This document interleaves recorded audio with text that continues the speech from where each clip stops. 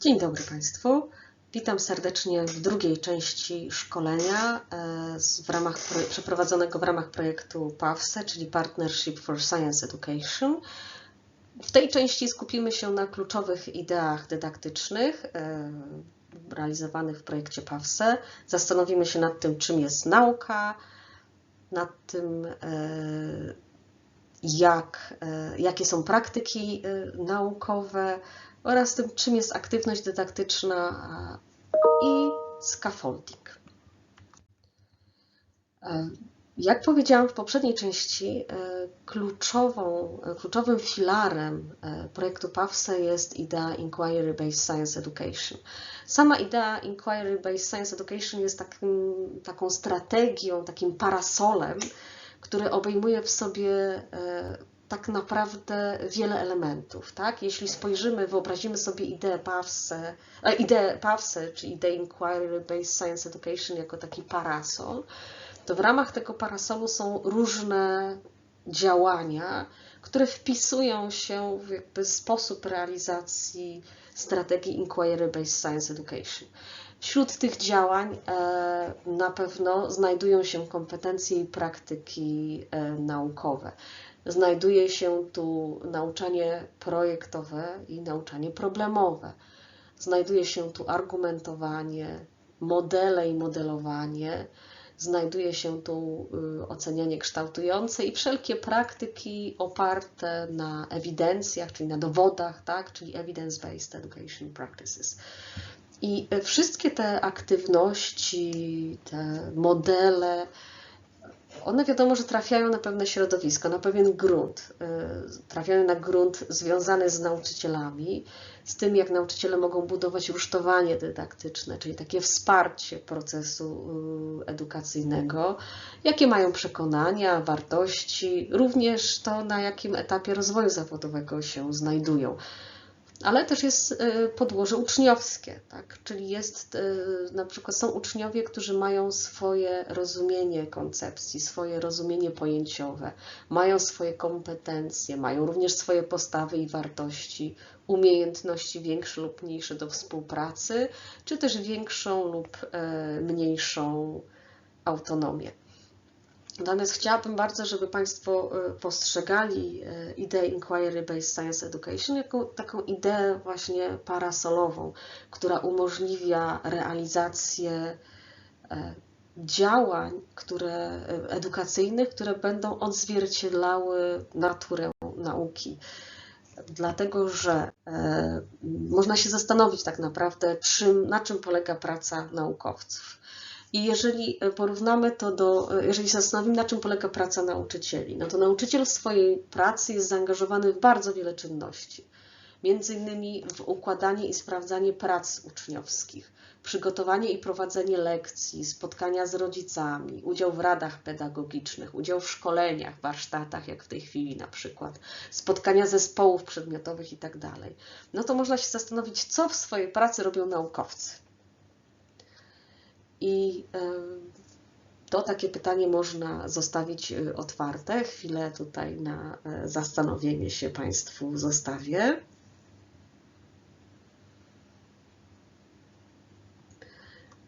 Natomiast jak zapytałam na jednych z warsztatów, zadałam to pytanie, co w swojej pracy robią naukowcy, to dostaliśmy takie odpowiedzi, jak najczęściej padające to były, że badają, analizują, przeprowadzają badania, wyciągają wnioski, publikują, czytają, analizują, ale też padły odpowiedzi takie jak tutaj czyli nie śpią, łączą fakty, piszą artykuły, zbierają dane, analizują dane, uczestniczą w konferencjach, ale też proszę zobaczyć, zwlekają z pisaniem prac, czytają literaturę, wnioskują itd.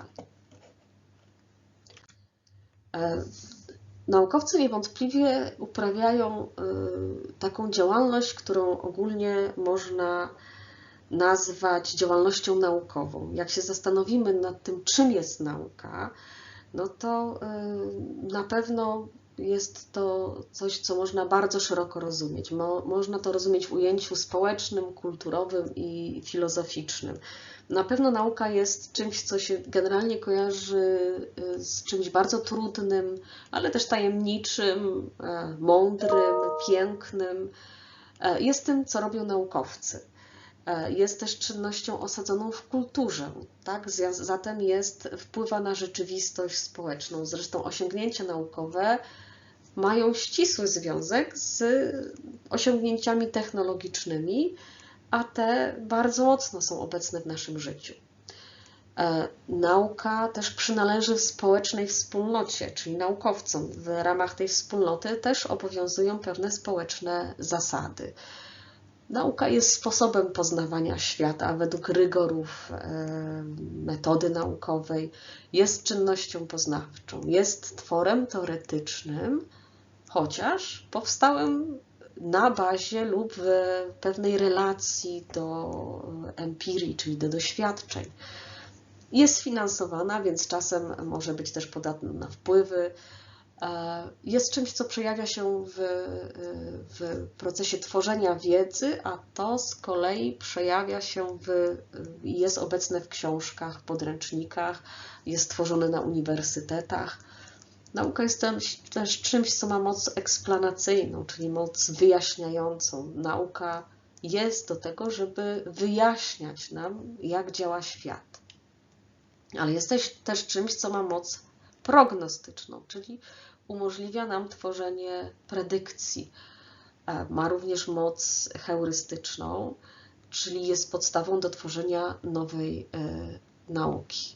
Można powiedzieć, że nauka jest przede wszystkim rodzajem wiedzy o bardzo wysokim statusie, dlatego że to, co jest naukowe, to ma własny język i ma własne metody badań. To są dwa wyznaczniki naukowości, własny język i własne metody badań.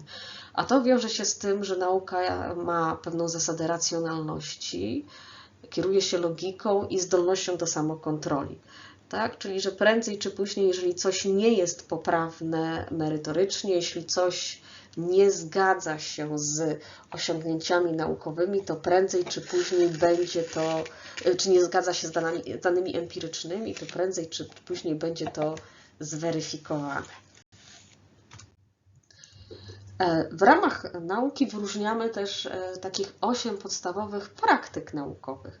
I wśród tych praktyk naukowych możemy wyróżnić takie jak zadawanie pytań, opracowywanie i wykorzystywanie modeli, planowanie i przeprowadzanie dociekań, eksperymentów, analizowanie i interpretacja danych, korzystanie z matematyki i myślenia obliczeniowego, tu oczywiście jest też statystyka, konstruowanie wyjaśnień, angażowanie się w dyskusje, argumentowanie na podstawie dowodów, pozyskiwanie, ocena i komunikacja informacji. Proszę zobaczyć, że te wszystkie praktyki naukowe to są praktyki, które są wyróżniane na podstawie badań i to są praktyki, które przynależą nauce. Czyli jeżeli weźmiemy pod uwagę fakt, że Inquiry-Based Science Education zakłada, że sposób nauczania danego przedmiotu będzie odzwierciedlał sposób, w jaki ta nauka jest uprawiana na uniwersytetach, no to nauczanie przedmiotów z grupy Science powinno odzwierciedlać również praktyki, które są typowe dla przedmiotów Science, czyli praktyki takie naukowe, i tu mam na myśli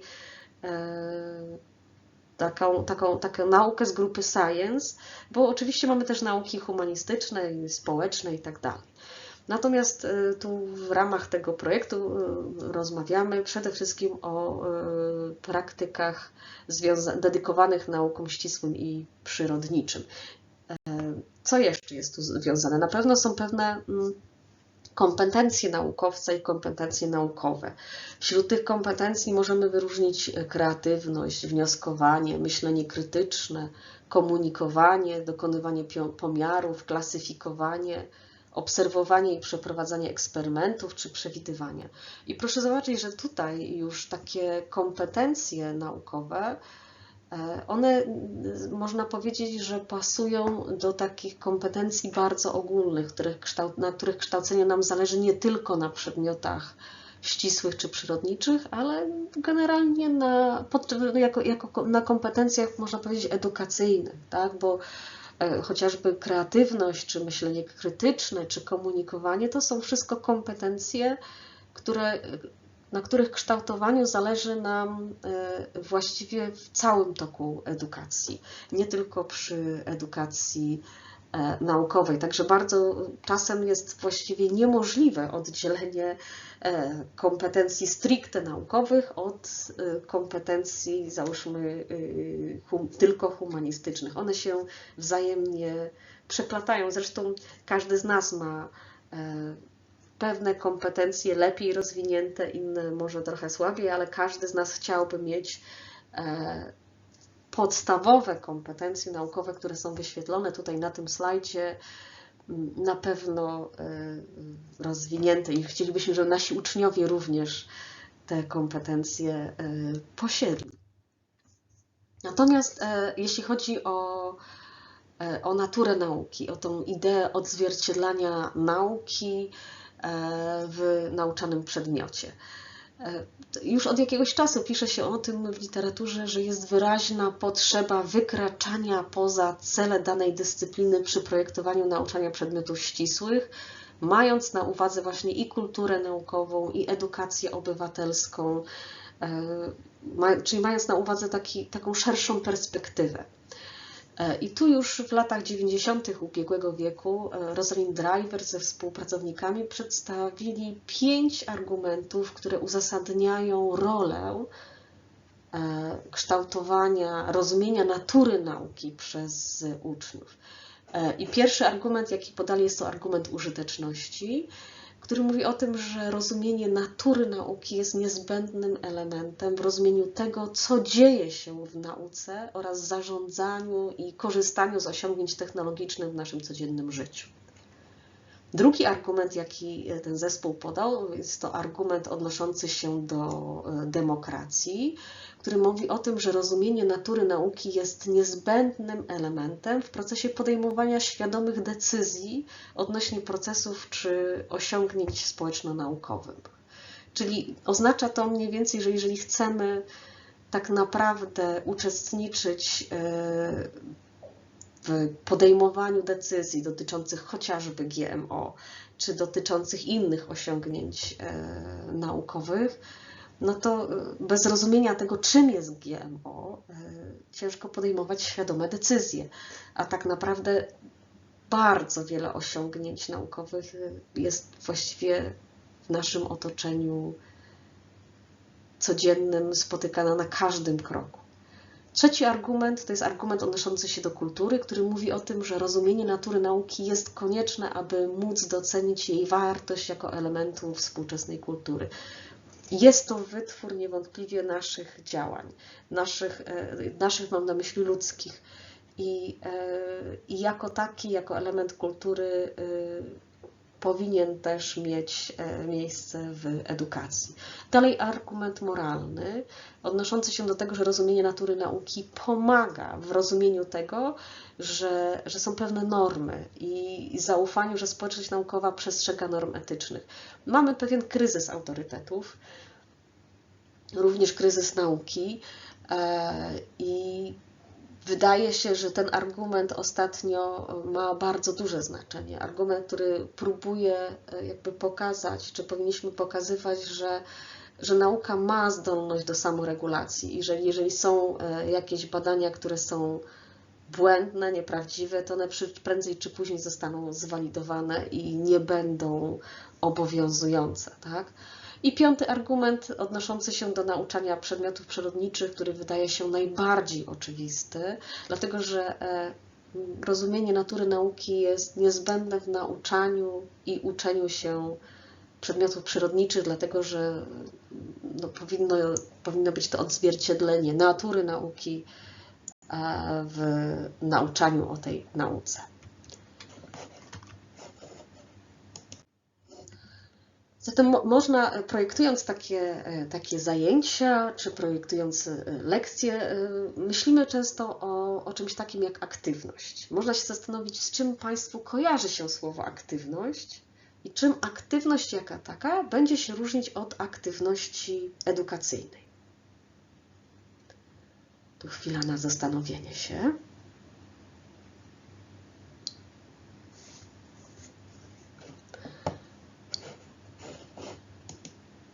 Zatem można powiedzieć, że generalnie aktywność wiąże się z działaniem, tak? Natomiast aktywność edukacyjna będzie to działalność edukacyjna lub instruktażowa, która będzie dotyczyła do tego, żeby przekazywać wiadomości lub kształtować umiejętności wśród odbiorców i wszelkie działania mające na celu konstruowanie wiedzy czy kształtowanie umiejętności można określić jako działania związane z aktywnością edukacyjną.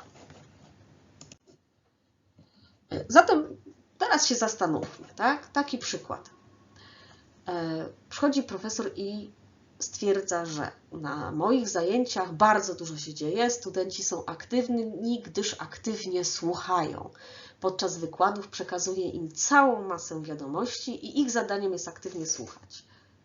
Czy to jest faktycznie aktywność? I czy można coś zrobić w sytuacji zaplanowanych wykładów, aby zwiększyć aktywność edukacyjną studentów czy uczniów, bo zdarza się przecież też, że na lekcji również prowadzimy część zajęć w postaci wykładów. I tu taka chwila pauzy, żebyście Państwo spróbowali się zastanowić, czy można coś zrobić, żeby faktycznie uczniowie byli aktywni, tak? Jedną z najczęstszych odpowiedzi byłoby tutaj na przykład zadawać im pytania albo dawać przerywać ten wykład, dając dodatkowe czynności do wykonania podczas tego wykładu. Druga sytuacja. Kiedy profesor na przykład stwierdza, że na moich zajęciach studenci są bardzo aktywni, oglądają filmy, czytają artykuły, oglądają przygotowane preparaty mikroskopowe czy modele. Czy jest to faktycznie aktywność i co można zmienić w sytuacji takich zaplanowanych ćwiczeń, aby zwiększyć aktywność edukacyjną studentów czy uczniów?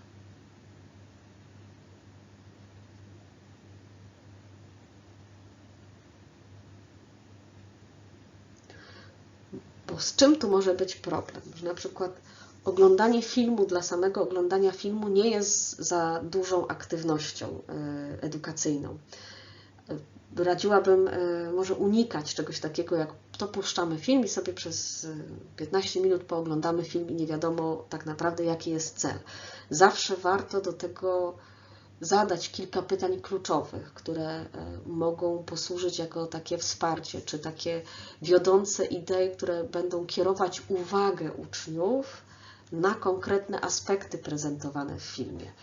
W tych artykułach również można, czy fragmentach książki, czy podręczników, które Państwo prosicie, żeby uczniowie przeczytali, również można im zadać takie kluczowe pytania, na które chcecie Państwo, żeby uczniowie odpowiedzieli poprzez czytanie tego artykułu, czy tego fragmentu podręcznika. Podobnie nie tylko muszą oglądać przygotowane preparaty czy modele, ale mogą też je wykonać. Oczywiście, jeśli tylko czas nam na to pozwala. I trzecia sytuacja. Kiedy profesor stwierdza, że na moich zajęciach studenci nie mogą być bardziej aktywni, ciągle wykonują ćwiczenia, są to przecież zajęcia laboratoryjne, wykonują wszystko zgodnie z procedurami i podanymi instrukcjami. I czy to jest faktycznie aktywność i czy można coś zmienić w sytuacji takich zaplanowanych ćwiczeń, aby zwiększyć aktywność edukacyjną studentów?